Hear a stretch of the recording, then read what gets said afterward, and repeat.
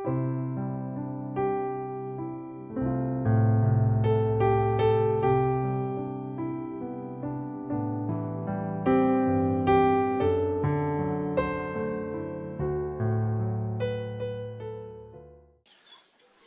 신명기 14장 1절 2절을 이제 읽었습니다.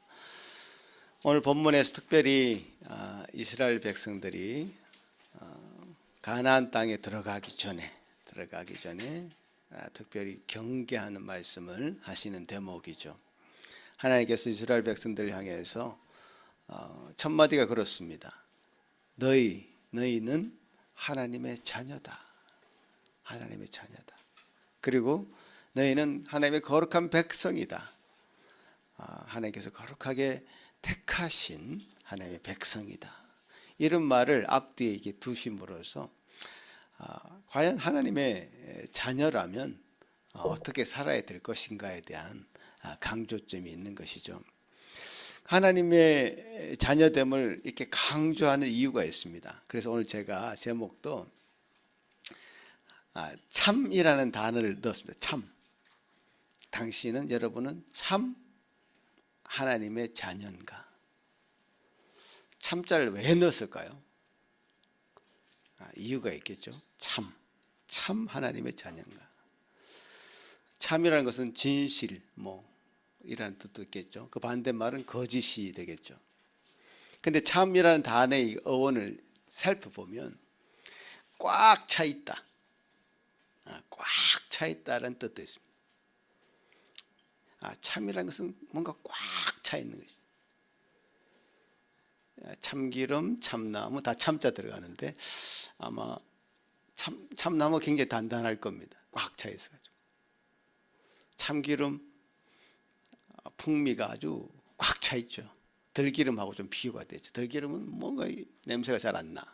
참기름 꽉 차 있습니다. 그런 느낌이 있는 것 같아요. 공갈빵이라고 옛날에 있었는데, 공갈이라는 말 잘 모르죠. 거짓, 공갈친다, 거짓말한다 이런 말. 공갈빵이라고 있었습니다. 빵이 이만하게 큽니다. 근데 그 안에 공기가 가득 차 있는 거죠. 훅 누르면 다 들어가 버리죠. 그래서 공갈빵이라고 그랬는데 비어 있는 것이죠. 거짓이라는 것은 비어 있는 것이다. 근데 그것은 맛 괜찮습니다. 맛이 괜찮았던 기억이 있습니다. 예수님도 이 땅에 참 빛으로 오셨다. 참자를 넣으셨어요. True Light. 참 빛이 있는데 그냥 빛이 아니라 참 빛으로 오셨다. True Light. 꽉 차 있는 빛이죠. 어디에도 비치지 않는 곳이 없는 그런 빛이죠. 모든 인류에게, 만물에게 영향을 미칠 수 있는 빛인 것 같습니다. 저는 그렇게 해석이 되더라고요. 참 빛이다. 그래서 하나님의 자녀가 아니라 참 하나님의 자녀. 속이 꽉 차 있는 그 배추와 같이 참 실하다. 정말 하나님 자녀답다라고 하는 의미가 그 참 하나님의 자녀에겐 있는 것 같습니다. 우리가 하나님의 자녀가 된다라는 건 우리가 여러분 익숙하게 들어왔던 얘기들이죠. 어떻게 하면 하나님 자녀가 되지? 하나님의 자녀가 되면 어떤 과정을 거쳐야 될까? 이런 생각들, 이런 것들을 들어봤죠. 그런데 굉장히 정상적으로 말씀대로 하나님의 자녀가 되면 이건 저절로 참 하나님의 자녀가 되는 거예요. 그런데 공갈빵처럼 막 부풀려져 있어. 난 하나님의 자녀라 해놓고는 그 안에 다 텅 비어 있어. 뭔가 이게 실속이 하나도 없고 내면이 없는 거예요. 그러니까 하나님의 자녀의 모습만 갖춰 있고 그렇지 않은 그런 삶의 모습을 볼 때가 많단 말이에요. 그래서 내가 오늘 여러분한테 하나님의 자녀라는 건 과연 어떤 과정을 거쳐서 하나님의 자녀가 되고, 또 하나님의 자녀가 참 하나님의 자녀의 모습을 갖추려면 어떤 과정이 필요한가, 이런 얘기를 제가 먼저 한번 해보려고 합니다. 자, 첫 번째, 하나님의 자녀가 되는 첫 번째 걸음이 있죠. 첫 번째 뭐죠? 예수 그리스도를 믿음으로 거듭나는 것이다. 예수님 이 땅에 오셔서 참 빛으로 이 땅에 오셨는데, 참 빛으로, 트루 라이트로 오셨는데, 사람들은 자기 행위가 악하기 때문에 자기 행위가 드러날까 봐 그 빛으로 나아가지 못합니다. 그런 상황이 펼쳐지고 있는 거죠. 예수님이 처음 이 땅에 오셨을 때도 그렇고 지금도 그렇습니다.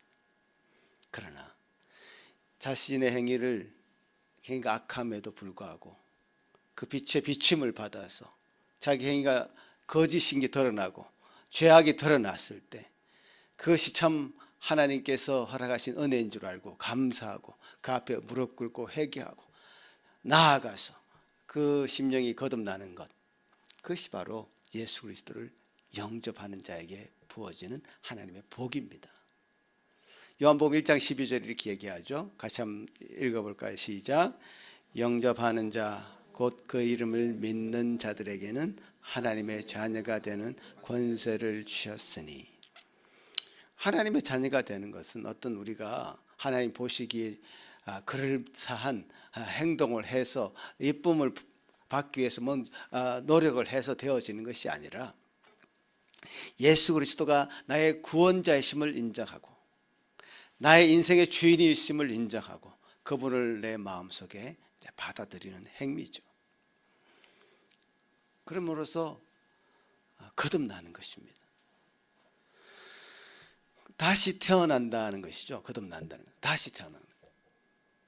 지금까지 살았던 인생을 다 정리하고 주님께서 주시는 새로운 인생을 살아가는 것이. 그래서 하나님의 자녀가 된다는 것은 전에 살았던 삶을 정리하는 것이죠. 전에 입었던 옷을 다 벗고 예수님께서 입혀주신 의의 옷을 다시 입는 것입니다. 그 옷을 입고 주님 앞에 나아가는 것이죠. 그래서 하나님 앞에 하나님 우리가 예수 그리스도를 우리 마음으로 영접하고 그 마음이 주님을 따를 때 우리가 거듭난다, 다시 태어난다, 이렇게 표현하죠. 나는 하나님께 속한 자다. 이제는 더 이상 세상에 속한 자가 아니다. 내가 지금 캐나다에 살아서 캐나다 시민권을 갖고 있고 대한민국 시민권을 갖고 있다 할지라도 나는 하나님 나라의 시민이다. 내가 속한 데는 그 하나님이다. 하나님 나라다라고 하는 확신이 그 가운데 생기게 되는 것이죠. 그런 은혜가 하나님을 영접하고 예수 그리스도를 영접하고 그분 안에 살아가는 하나님의 자녀일 때 갖게 되는 놀라운 축복입니다. 자, 그리고 하나님의 자녀라는 확신이 그것으로만 끝나지 않고요. 그 다음 단계가 있는데 우리의 생각과 가치관이 변해야 되는 것이죠. 하나님의 자녀라면 당연히 그런 확신이 있다면 당연히 그 다음 단계로 나아가게 되어 있습니다. 하나님의 말씀을 통해서 우리의 정체성이 무엇인지 계속 확인해 나가는 것입니다. 여러분, 제가 알려드린 이 구절들은 여러분 외우십시오. 두 번째 말씀, 하나님의 말씀을 통해서 정체성을 확립하는 것입니다. 같이 한번 읽어보겠습니다. 시작. 너희는 이 세대를 본받지 말고 오직 마음을 새롭게 함으로 변화를 받아 하나님의 선하시고 기뻐하시고 온전하신 뜻이 무엇인지 분별하도록 하라. 자, 이 세상에 하나님의 속한 하나님의 시민으로, 하나님의 자녀로 내가 정체성을 분명히 갖고 있다면 이 세대를 본받지 말아야 됩니다. 이 세대가 행하는 행동을 본받지 말아야 돼요. 분별할 수 있어야 됩니다. 하나님 뜻이 무엇인지 분별할 수 있어야 된다. 그런 말씀이죠. 세상의 기준이 아니라 이 하나님의 말씀이 기준이 되어서 내 삶을 살아가겠다. 분명한 기준을 우리에게 주셨거든요. 이 기준을 가지고 내가 살아가겠다고 하는 다짐이 있고 그에 따른 실천이 생기게 되어 있습니다. 세상과 나는 정말 구별된 존재다. 난 세상에 그 가치 없는 것에 내 마음을 쏟지 않겠다. 하나님의 말씀만을 따르겠다고 하는 그런 확신이 생기게 되죠. 그래서 이걸 정말 분명히 해야 되는데 이 부분에서 헷갈릴 수가 있습니다. 어떻게 해야 되는지 어정쩡하게 이리저리 갈대처럼 마음을 잡지 못할 수도 있습니다. 하나님 자녀임에도 불구하고 어떻게 해야 되지? 이게 정치적인 이슈 이런 것들이 터졌을 때 내가 어떻게 해야 되지? 이것 때문에 내 마음이 막 혼란스럽고 불안하고 그렇게 되지 않. 하나님 자녀라면 분명 하나님께서 말씀하시는 그런 확신 가지고 이 세상을 당당하게 살아가게 됩니다. 우리는 하나님의 사랑받는 자녀라는 것 확신하고 예수 그리스도 안에서 새롭게 태어난 피조물이 하나님 나를 위해서 분명히 선한 계획을 가지고 있다. 다른 그런 확신을 가지고 있는 것이죠. 예레미야 29장 11절 제가 적진 않았습니다. 들어보십시오. 여호와의 말씀인데 너희를 향한 나의 생각을 내가 아나니 평안이요 재앙이 아니니라. 너희에게 미래와 희망을 주는 것이다. 하나님의 우리를 향한 생각은 참으로 좋은 것들입니다. 그래서 우리 이런 말씀을 통해서 우리가 우리의 정체성을 계속 확인해 나가는 작업을 하는 것이죠. 말씀을 통해서 난 어떻게 살아야 되는가 이 땅 가운데 말씀을 그래서 여러분 계속 읽고 듣고 반복해서 암송하고 그래야 됩니다. 그렇지 않으면 하나님의 자녀인 것은 내가 얼핏 알겠는데 이 땅 가운데 어떻게 살아가야 될지에 대한 분명한 확신이 서지 않아서 좀 흔들릴 수가 있어요. 이렇게 갈등할 수 있고 불안할 수 있고 그런 것들을 말씀으로 자꾸 극복해 나가야 됩니다. 자, 그 다음 단계는 뭐죠? 이 말씀을 잘 들었다면 기도를 통해서 하나님과 이렇게 관계를 맺어가야 됩니다. 우리가 하나님이 자녀라고 하는 신분이 변했잖아요. 그전에는 이 세상에 속해 있었다면 이제는 하나님의 자녀라고 하는 신분의 변화가 있었다면 이제 관계의 변화가 있어야 돼요. 여러분 부모님하고 여러분 이 부모와 자녀라는 관계는 신분은 변함이 없습니다. 그러나 신분이 부모와 자녀라고 하는 신분이 있다 할지라도 전혀 관계하지 않고 전혀 이야기하지 않고 남남처럼 살아간다면 한 가족이라도요 남보다 더 못한 관계가 될 수 있습니다.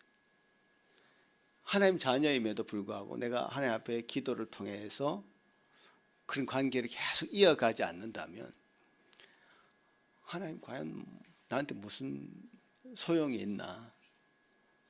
내가 하나님 자녀인데 하나님 나를 위해서 무엇을 해주시고 계시나? 이런 확신이 쓰지 않단 말이에요. 그래서 우리가 기도 시간을 가지는 거죠. 여러분 개인 기도도 하시고 가정 기도도 하시고 교회에서도 기도하는 시간 가지고 계속 기도하는 시간을 가집니다.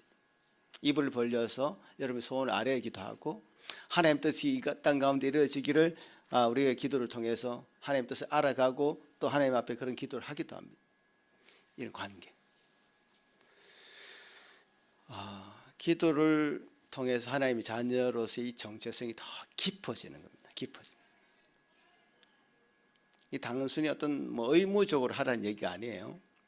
참 하나님의 자녀라면 그 부모의 관계를 맺기 애를 쓰겠죠. 하나님과 친밀한 교제하기를 사모하겠죠. 자연스러운 겁니다. 이 자연스러운 거라고. 길을 걸어가더라도 이 나무를 보면서 하늘을 보면서 하늘의 하나님 이렇게 기도할 수 있는 것이고요. 식사를 하면서 식사 준비를 하면서도 기도할 수 있는 것이고요. 일을 하면서도 기도할 수 있는 것이고요. 자연스러운 것입니다. 굉장히 자연스러운 거예요. 이걸 너무 어렵게 생각하지 말란 말이에요. 정해놓고 기도도 해야 되겠지만요. 그러니까 기도는 어떤 면에서 우리의 호흡과도 같은 거예요. 우리가 호흡 안 하면 죽지 않습니까?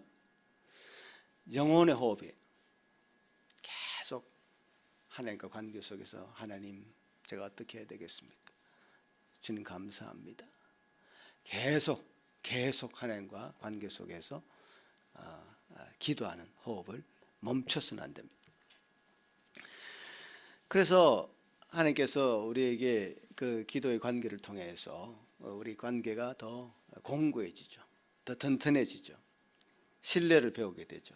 하나님 나를 사랑하시는 분이구나. 신뢰를 배우게 됩니다. 네. 자, 그 다음에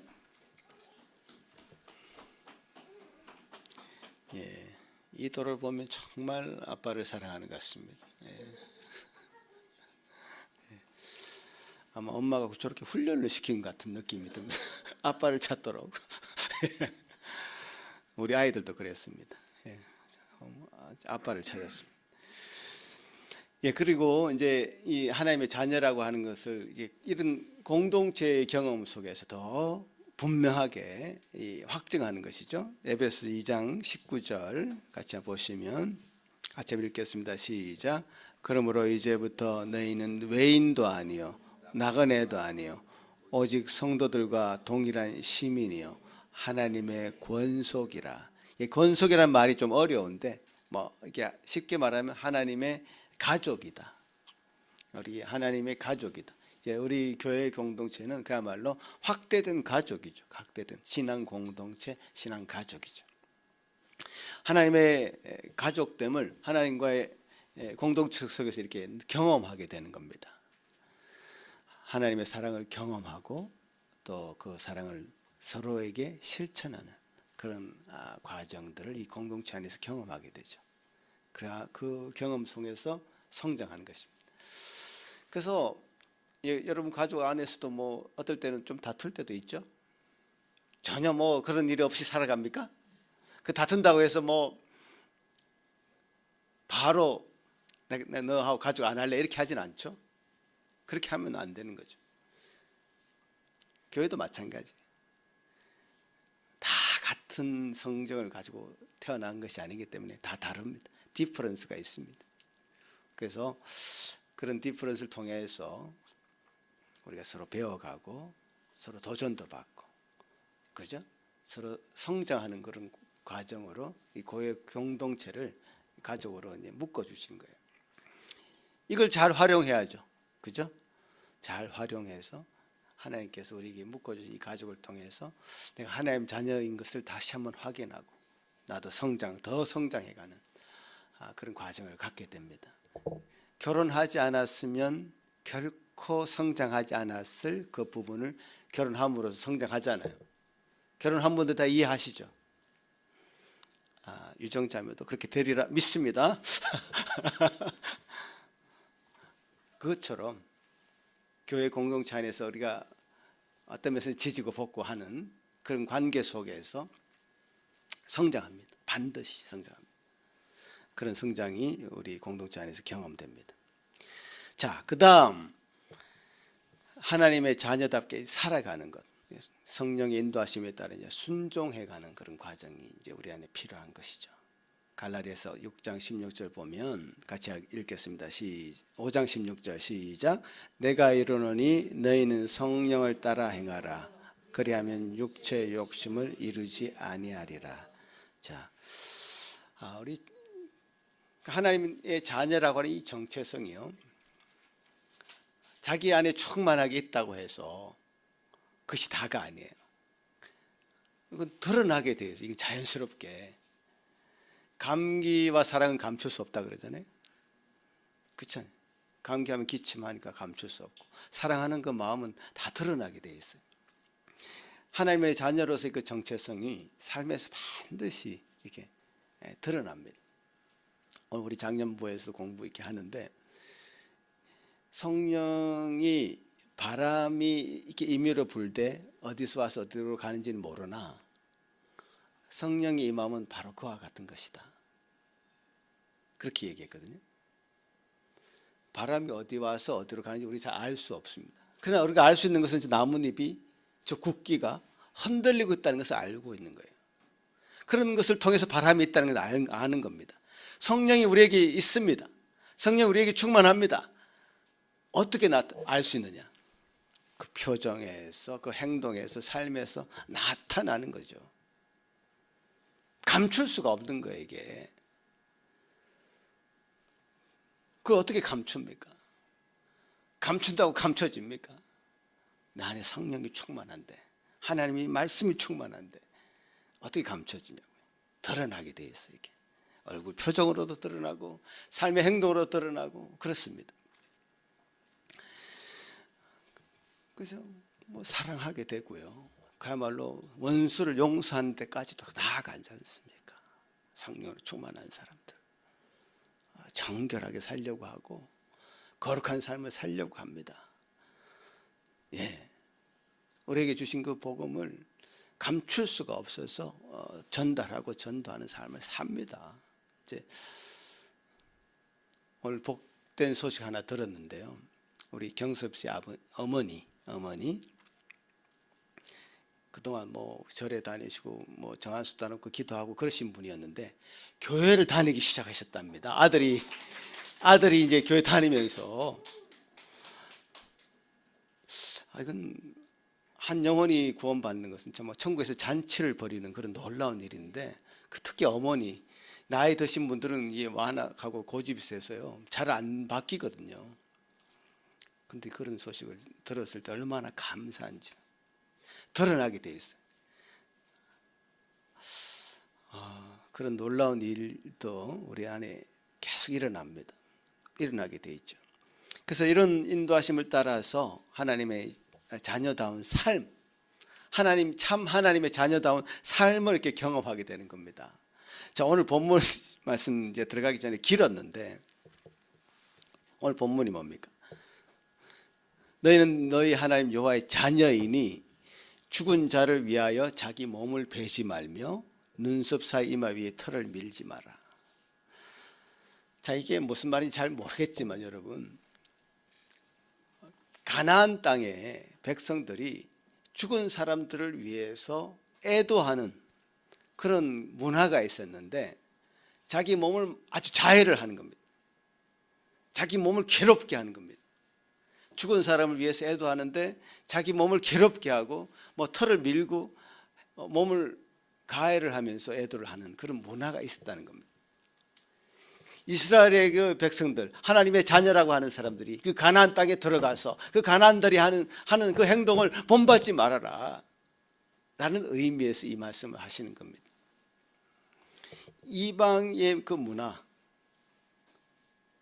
속에는 다 그 의미가 있죠.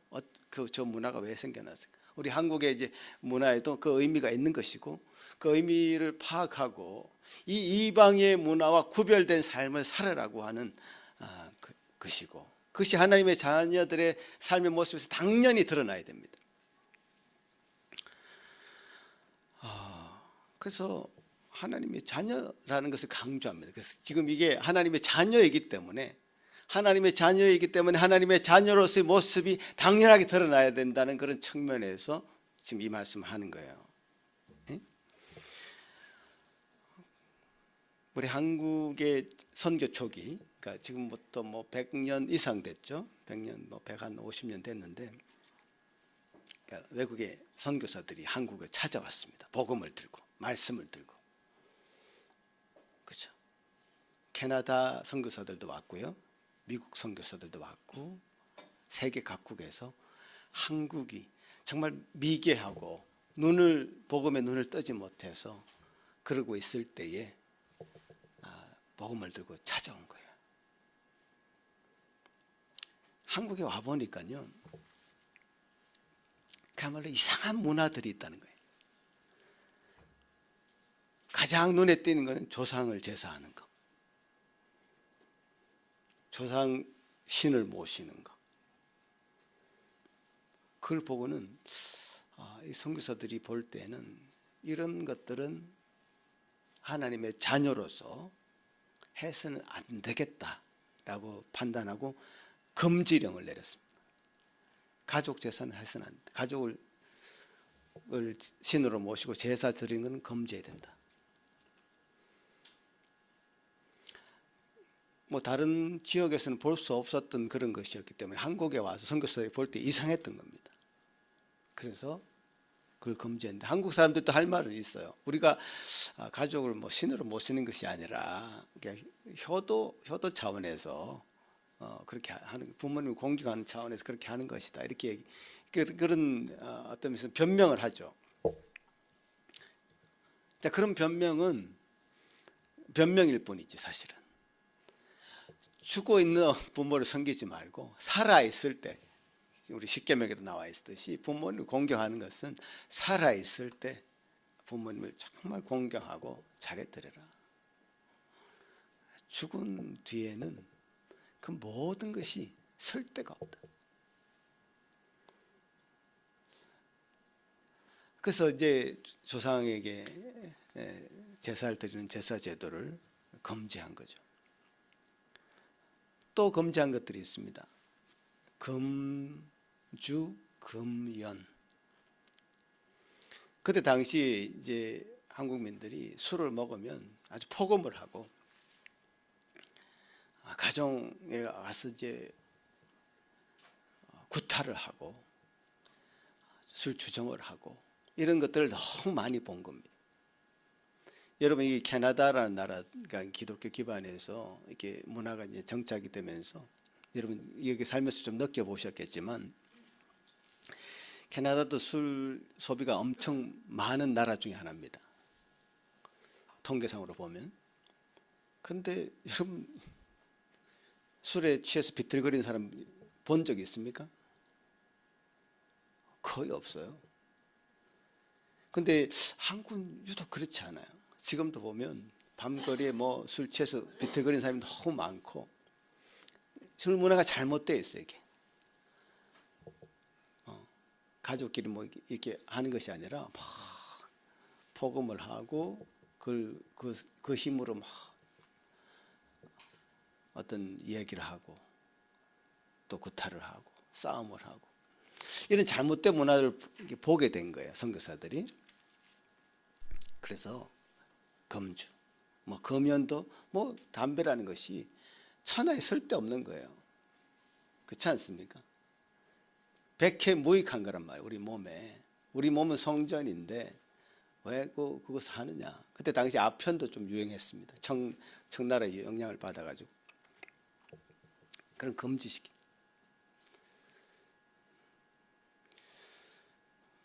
그렇죠. 그리고 이제 그때 당시 축첩이라는 것이 있었는데 그 축첩이 뭐냐면 정부인이 있고 그 다음에 세컨, 서드 이렇게 막 첩제도가 있었습니다. 첩제도. 그것도 너무 이상한 거예요. 이게 서양 선교사들이 봤을 때는 그걸 금지시킵니다. 없애야 됩니다. 그러니까 이게 하나님의 자녀의 모습으로 합당하지 않아 보인다. 그래서 그 네 가지를 금지를 시켰고 그것이 사실 한국 교회 전통에 그대로 아직까지 내려오고 있습니다.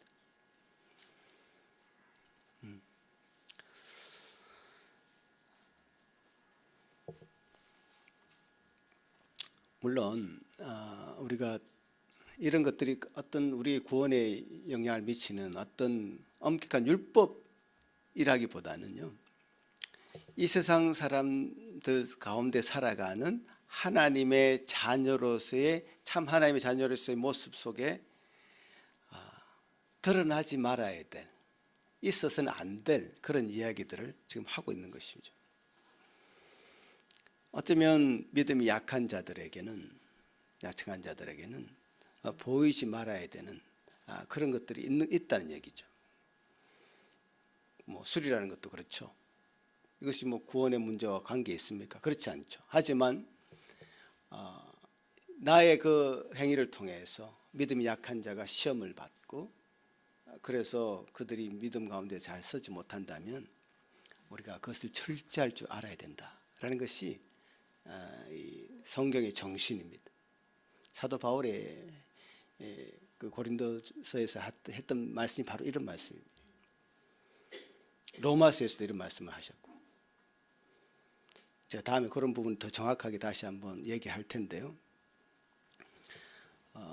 우리 공동체 안에 같이 살기 때문에, 믿음의 공동체 안에서 같이 살기 때문에 이런 부분을 내가 유익하다고 해서 다 유익한 것이 아니라 내게 유익하다 할지라도 내 형제에게 뭔가가 시험이 되고 뭔가 그 형제의 믿음을 약화되게 하는 뭔가가 영향을 미칠 때는 내가 절제해야 된다 라는 것이 성경의 정신이에요. 하나님의 말씀이에요. 축첩의 이야기를 했습니다마는 오늘날은 이런 문제보다 더 심각한 문제들이 있죠. 사실 동성애 문제, 그죠? 어떻게 우리 믿는 자로서 그 길을 갈 수 있겠습니까? 그리고 제가 최근에 심각하게 느끼는 중에 하나가, 제가 결혼을 앞둔 아들이 있어서 그런 생각을 하는지 모르겠습니다만은, 결혼 전에 동거하는 문제 굉장히 심각해요. 어마어마하게 많아졌어요. 그리고 너무 넓게 퍼져 있어요. 교회 안에서도 그냥 허용하는 분위기가 한국 교회 안에서 생기고 있어요. 제가 여러 통로를 통해서 들었습니다. 어떤 믿는 부모는 어떻게 동거도 안 해보고 결혼시킬 수 있냐 이렇게까지 얘기할 정도입니다. 어떻게 그 사람을 알아서 결혼을 시키냐, 미리 살아보고 해야지, 이렇게까지 나아갔습니다. 이건 굉장히 큰 문제라 생각하고요. 낙태라는 거 너무 쉽게 생각하고, 그건 생명을 죽이는 일인데, 살인행위인데요. 그건 자기 생활이 불편해질 것을 염려해서 살인행위까지 계속 권장하고 방치하는 그런 사회적인 이 나라 사람들의 삶의 방식 패턴이 있습니다. 하나님의 자녀로서는 절대로 그 길로 가서는 안 됩니다. 불륜이라는 거 이게 너무 쉽게 퍼져 있고요. 이런 얘기가 여러분 많이 들어서 알 건데 정말 그쪽으로 가서는 안 됩니다. 멀리 해야 됩니다. 그래서 여러분 부부 관계 정말 중요하고 가정의 관계 정말 중요하다는 것이 바로 이것이죠. 가정이 제대로 서 있지 않으면요, 그 가정의 문제가 아이들의 문제가 되고요, 아이들의 문제가 사회적 문제가 되고, 사회적 문제가 국가적인 문제가 됩니다. 저는 가정이 너무 중요하다, 소중하다 생각해요. 한 가정 한 가정이 정말 제대로 선다는 것은 우리 시대적인 사명이에요. 사실 이 시대가 가장 소홀하게 생각하는 것, 가정은 깨져도 괜찮아, 또 다시 결혼하고 또 다시 하면 되니까.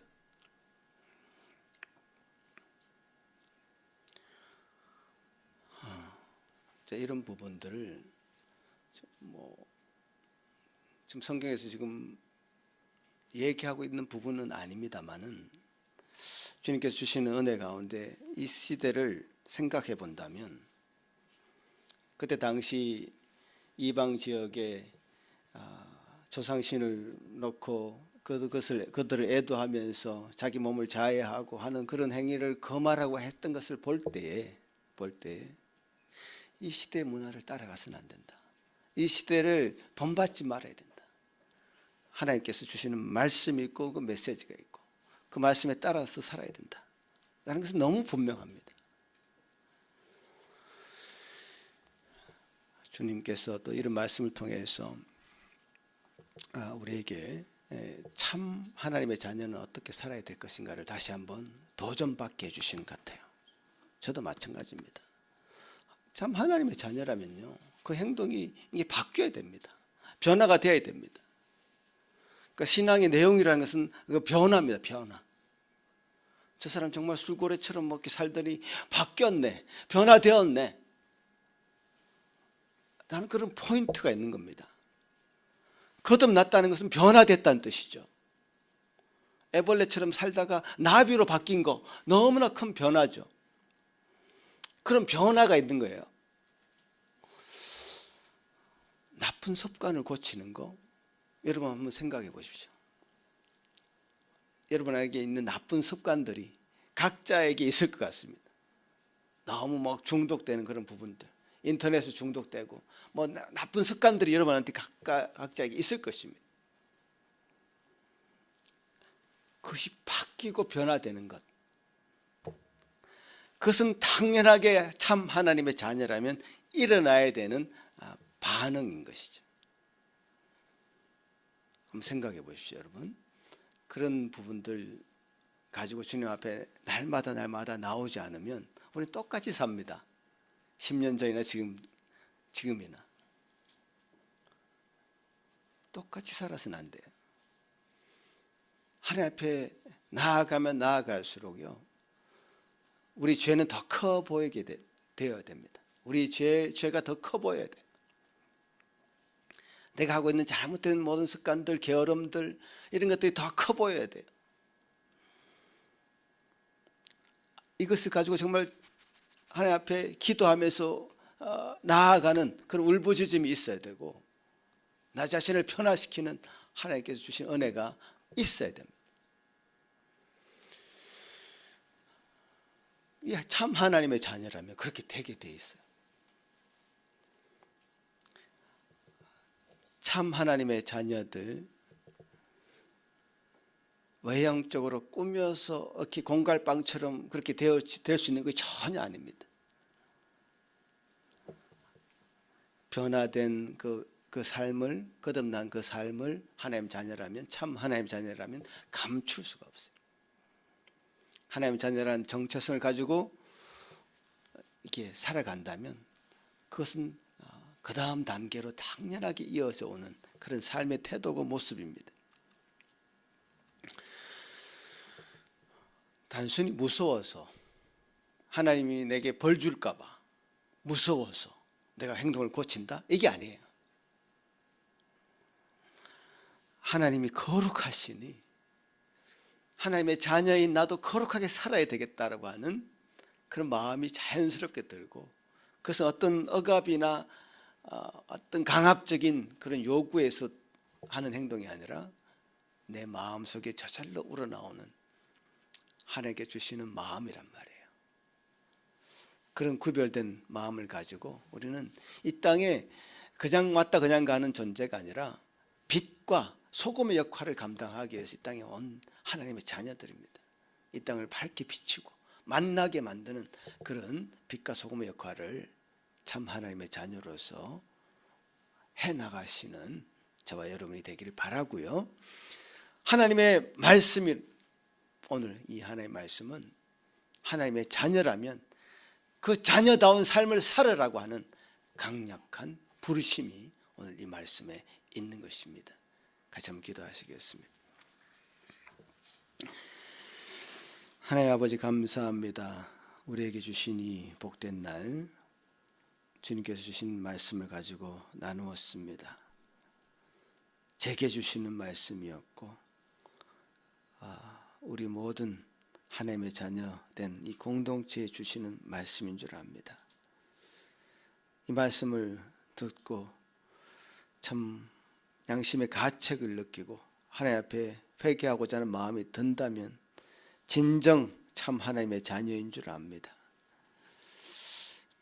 그렇지 않고 좀 이 하나님의 말씀이 참 우리 자신의 진정한 삶의 변화를 일으키기보다는 거부감이 들거나 이 말씀이 내 삶에 영향을 주지 못할 때 우리 자신의 신분을 생각해보는 귀한 계기가 될 수 있도록 도우시옵소서. 하나님의 자녀로서의 그 정체성을 분명하게 가지고 이 세상에 속한 자가 아니라 하나님의 속한 자임을 분명히 알고서 이 말씀, 또 이 믿음의 공동체 생활 해나가는 저의 모든 예수 상기 성도들 될 수 있도록 도와주시옵소서. 감사하고 예수님 이름으로 기도합나이다. 아멘.